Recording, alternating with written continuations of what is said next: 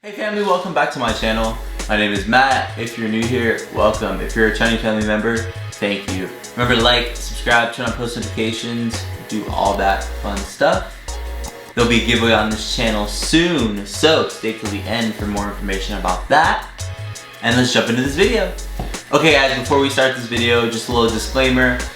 This is not financial advice, this is just for educational and entertainment purposes. So I do recommend you going to see a financial advisor to further your journey and just keep getting educated from me and other people, and then make your own decisions on your own. And yeah guys, so let's jump in. So for this video, you saw the title, so we're gonna talk about investing started from zero.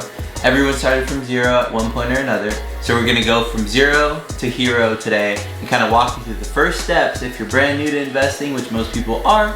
And I just want to educate and help you guys and entertain you guys about how to build some wealth and get some prosperity in your life.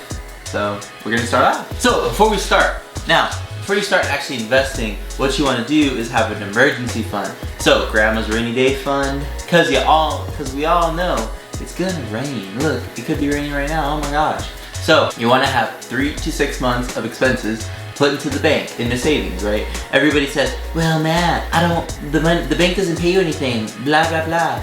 You gotta understand, your savings account is for insurance. So investments pay you interest, and then insurance protects you from when bad stuff happens, right? So when you invest money, it makes you money. When you invest in insurance, it protects the things that make you money, if that makes sense. So we want to have money in the bank. Don't want to happen is when the market goes down, when you need to go to Florida, when you need to have new tires, when you need to have a new laptop or whatever. You want to have the money to do that, be able to do that, and not have to take from your investment accounts, which could cause penalty, which could say you cash out at the wrong time, and etc, etc.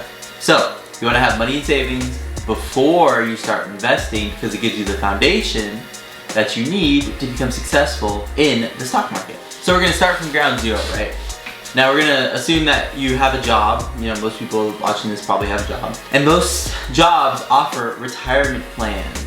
Now, a retirement plan is basically a plan to help you save for retirement. It's very simple.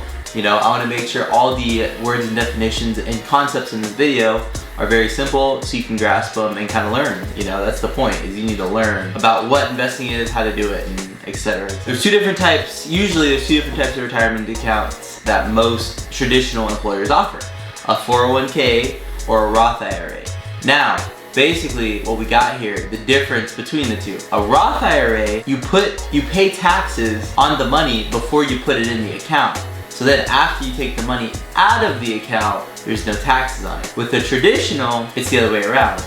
You don't pay taxes on the money before you put it in the account. So from your paycheck, let's say you put $50 a month in, you don't pay taxes on the $50, but then when you cash out at $59.50, start living off the interest of the money, you have to pay the taxes on the principal that's in the account after you retire.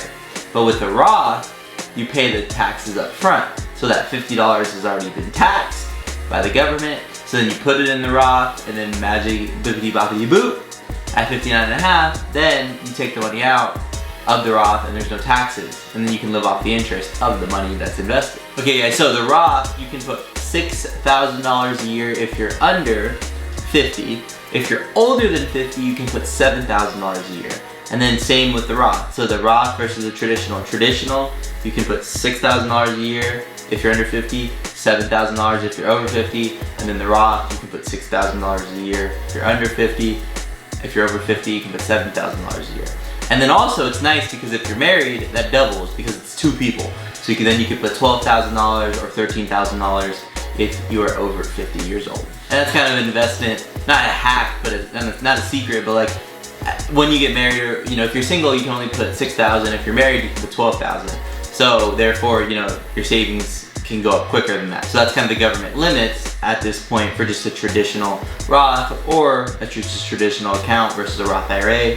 You know, they're very similar to each other. It's just one you pay the taxes before you put the money in, and one you pay the taxes after you put the money in. So that's kind of a difference. Now, the fun part, right? Usually, an employer will match your money. So let's say you put $1 in, they put $1 in, up to a certain percentage, right? So Usually I've seen 3 to 6%, you know, that's pretty average. So the first 3% that you put in that account, your employer matches it. Before you invest it in the market, you get 100% return on your money because the employer is putting $1 for every dollar you put in, up to 3%, 5%, 6%, you know, everywhere is different, every company is different. So that's really good to take advantage of because it's a match. So then they match you for dollar. This is before you invest the money, this is before you get a return, this is before you get any dividends, this is before anything. It's just they're giving you money because it's a company benefit. They are trying to help you out to retire as well. Now, another thing. So when the employer puts the money into the account, it has to be a traditional, right? So we talked about Roth versus traditional. When an employer puts the money in, by federal tax law, it has to be traditional. Now you say, why is this? Basically, because the employer can't give you free money too. So let's say you have X amount in your Roth and then you have X amount in the account that they matched you with. In the account that they matched you with, you're still gonna have to pay taxes on that money when you pull it out, but the Roth will be tax free.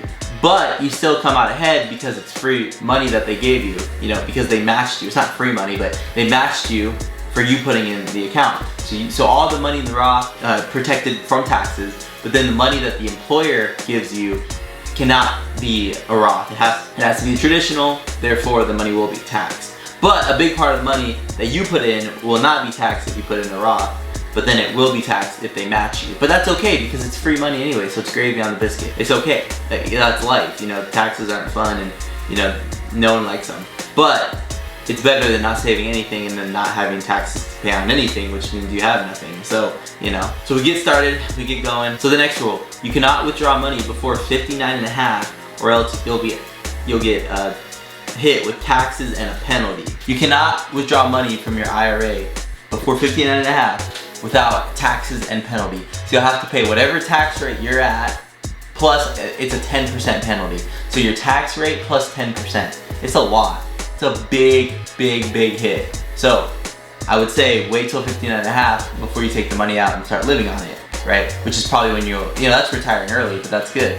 So you do that, you do it, from, let's say you do it from 25 to 59.5 and you put, the $6,000 in, you're gonna have a lot of money. You're gonna do well, especially if there's a match. But you wanna wait till 59.5 before doing that because then you'll get hit with taxes and penalties. Now, another thing is, if you inherit a Roth or a traditional, the 10% penalty is waived because it's an inheritance, not from you. But for a Roth, you can just take the money out without any issues because it doesn't matter because the taxes are already paid on it. If it's a traditional, you still have to pay your tax rate, but you have to pay the 10%. And there's something called an RMD, required minimum distribution, and you have 10 years to take the money out. So basically, in a 10 years time period, you have to get the money out because the government wants you to pay taxes on it. But if it's a Roth, there's no tax to be paid, you just pull it out. But if it's traditional, the government's gonna get you to get over taxes. Uncle Sam's gonna tap you on the shoulder. Not fun, but that's why you always wanna go Roth. So now you have your Roth IRA set up, right guys? You're on a great track. You got the first retirement account done, and hopefully they match you, so you're getting a match. You're putting money in every month. Now, the next biggest thing that we're gonna talk about is dollar cost averaging. Now, what does that mean, Matt? Well, I'm gonna explain. So, basically, all this means is you're saving money every month instead of in a savings account and in an investment account. This is how most wealthy people get wealthy slowly over time.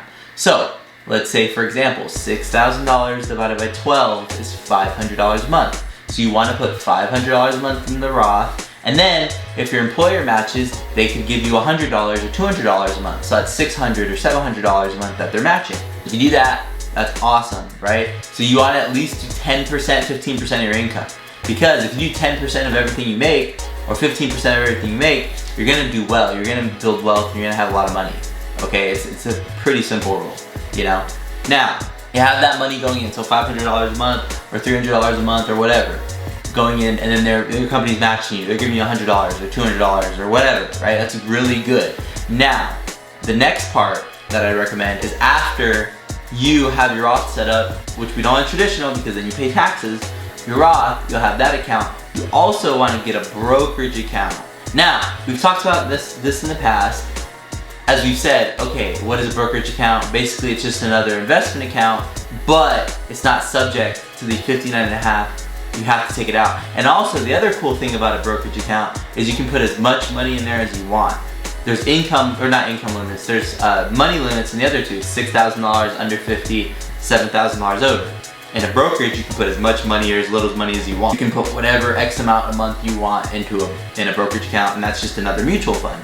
So, now, it's a great way to diversify, and it's simple. So, you open a brokerage account through Fidelity, Vanguard, Wells Fargo Asset Management, any of the big guys, right? Now, also, what I'm gonna say next, a lot of people say that people, well, you should open up a S&P 500 fund and you can put X amount of money in. Now, there's not just one S&P 500 fund. Basically, you have to go to a large institution like a investment firm of whichever one you want. Pick and choose which one you want. They're all good. Do your research, whatever. I gave you a couple names: Fidelity, Wells Fargo, Vanguard. Those are good ones. There's a bunch of other ones, but those are 3 main ones. So, you say, hey, I want an index fund, an S&P 500. Now, remember, S&P 500 is a very simple mutual fund that everybody can invest in, anybody can invest in, and I do recommend it for investing starters. Basically what it is it's the 500 largest companies in America, all in this one fund, and you're getting to buy a piece of each one, and it's very diversified, which means your eggs are spread out in a lot of different baskets, and your money has a chance to grow every year, probably at 10%, which is very good.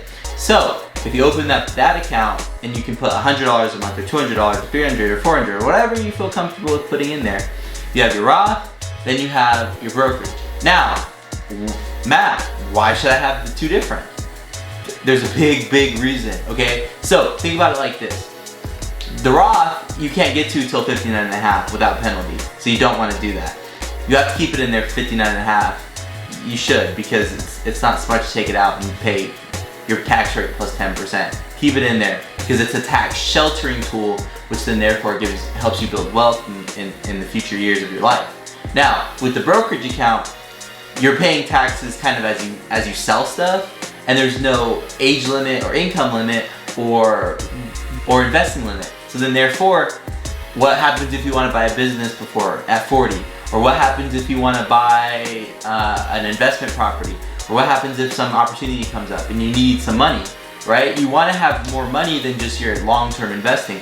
Or if you want to retire early before 59.5, you're going to need that account to be able to make sure you can live off some of the money. So you can live off some of the money in the S&P 500 until you get to 59.5 with your big money, right? So it's a huge important step to have these multiple accounts. Also, as you keep going and make more money, what you should do is you say, okay, I got my Roth, I got my S&P, and then you open another mutual fund because you want to be diversified, and the more funds you have, the more options you have. Just think of it like that. Alright guys, so that's kind of it. That's investing from zero to where we are now, and we'll kind of have a part 2 where we go from where we are now to the next part. So stay tuned for that, guys. And it was a good video. Leave questions, comments below, all that fun stuff. And yeah. Alright guys, remember there's a $100 Visa gift card giveaway on this channel when we get to 1,000 family members. So remember, subscribe, like, do all that fun stuff, share with your friends, your family. I really enjoyed filming this video, so it's a lot of fun. Alright guys, that's all for today's video. Remember to continually work to become the best version of yourself. And we'll see you in the next one. Peace.